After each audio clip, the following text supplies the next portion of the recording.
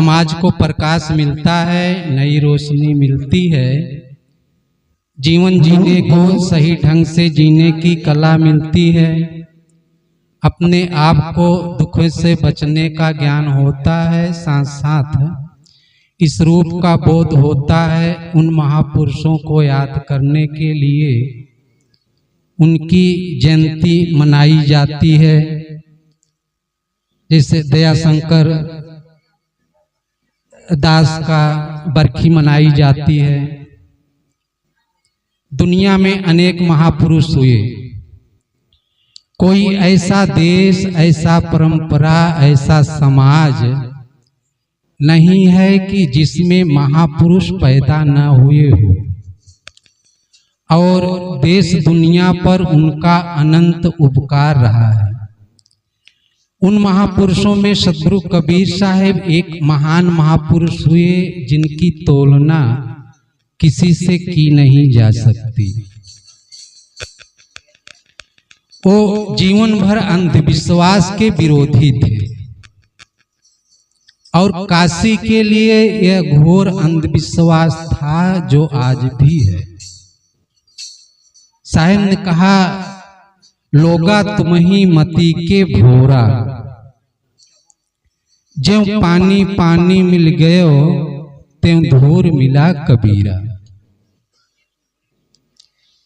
ज्यों पानी पानी मिल गयो त्यों धूर मिला कबीरा, ज्यों मैथुन को सांचा ब्यास तोरो मरण हुई है मगहर पास। मगहर मरे मरे नहीं पावे, अनंते मरे तो राम लजावे। मगहर मरे सो गधा होय, भल पतीत राम सो खोय। क्या काशी क्या मगहर ऊसर, जो हृदय बसे राम मोरा। और साहिब ने कहा, ज्यों काशी तन तजे कबीरा, तो रामय कहूं कवन निहोरा। सद्गुरु कबीर साहब का उम्र 119 वर्ष की लगभग हो गई थी, और वो जीवन भर काशी के अंधविश्वास थे।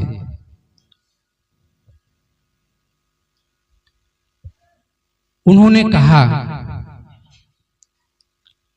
कि जो पानी पानी मिल गए त्यों धूर मिला कबीरा। वो अंधविश्वास के विरोधी थे, और काशी के लिए यह घोर अंधविश्वास था कि वहां जो मरता है वह मुक्त हो जाता है, और गोरखपुर के पास मगहर में जो मरता है वह गधा होता है। इस अंधविश्वास का विरोध कर साहिब ने काशी में घोषणा कर दिए कि अब मैं काशी में नहीं मगहर में जा रहा हूं, अर्थात मैं काशी में नहीं मगहर में शरीर छोड़ना चाहता हूं। देखता हूं मुझे कौन गधा बना सकेगा। क्योंकि महापुरुष जहां रहते हैं उनकी तप तपस्या से वह अशुद्ध जगह भी वह शुद्ध हो जाता है। उनका ऐसा प्रभाव है, उनका ऐसा तपोबल है, इसलिए वो जहां रहते हैं वह जगह पवित्र हो जाता है।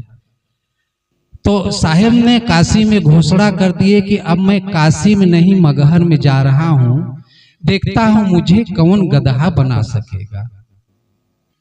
इस अंधविश्वास को लेकर के काशी में तहलका मच गया, और काशी में मैथिल पंडितों का एक बहुत बड़ा समुदाय रहता था, जो बड़ा विद्या प्रेमी था, और आज भी उनका संगठन है।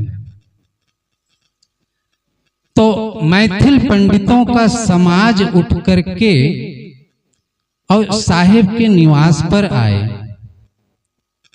और वो लोग कहने लगे कि महाराज आप क्या कर रहे हैं, जीवन भर काशी में रह करके अंत में मगहर जा रहे हैं, यह तो आपकी भूल है। साहिब ने पंडितों को समझाते हुए कहा, हे लोगा, तुम लोग ही बुद्धि के भोले हो। जो चमत्कार और अंधविश्वास में रहते हैं वो तो बुद्धि के तो भोले है ही हैं। और इस संसार में लोग वही माथा टेकते हैं जहां चमत्कार और अंधविश्वास हो। सत्संग में तो कुछ कम ही लोग, अभी यहाँ कोई चमत्कार और अंधविश्वास की बात होती तो ये पूरा पंडाल भरा रहता, लेकिन अब तो ऐसा कुछ बात नहीं है। सत्संग की बात चल रही, महापुरुषों की बात चल रही, तप तपस्या की बात चल रही, तो यहाँ तो बहुत कम से कम लोग रहेंगे, क्योंकि वो सोचते हैं कि हो सकता है हमको भी न करना पड़े। लेकिन जीवन का तो यही लाभ है कि सबको, यह मानव जीवन जो हमारा मिला है तो उसी में से तो महापुरुष निकले हुए हैं, तो ये सबके लिए है। नहीं तो फिर महापुरुष कहे जैसा करोगे और वैसा भरोगे, फिर वही 84 यूनिम जाओगे। बड़े भाग मानुष तन पावा, महापुरुषों ने कहा बड़े भाग मानुष तन पावा, सुर नर मुनि सब ग्रंथ ये गावा। क्योंकि हमारा जो मनुष्य जन्म मिला हुआ है नर या देवी का, यह हमारा ज्ञान भूमिका है, इससे हम अपना कल्याण कर सकते हैं। अगर यह हम नहीं कर पाएंगे तो हमको फिर हम जैसा करेंगे वैसा हमको फिर अन्य योनियों में जाना पड़ेगा। अगर हम कर लिए और नहीं कर लिए फिर भी हम लगे हैं तो हमारा फिर भी अगला जीवन मनुष्य का ही मिलेगा, क्योंकि हम लगे हैं। साहब ने कहा जहां सासा तहां बासा। हमारा जहां विश्वास रहेगा, जहां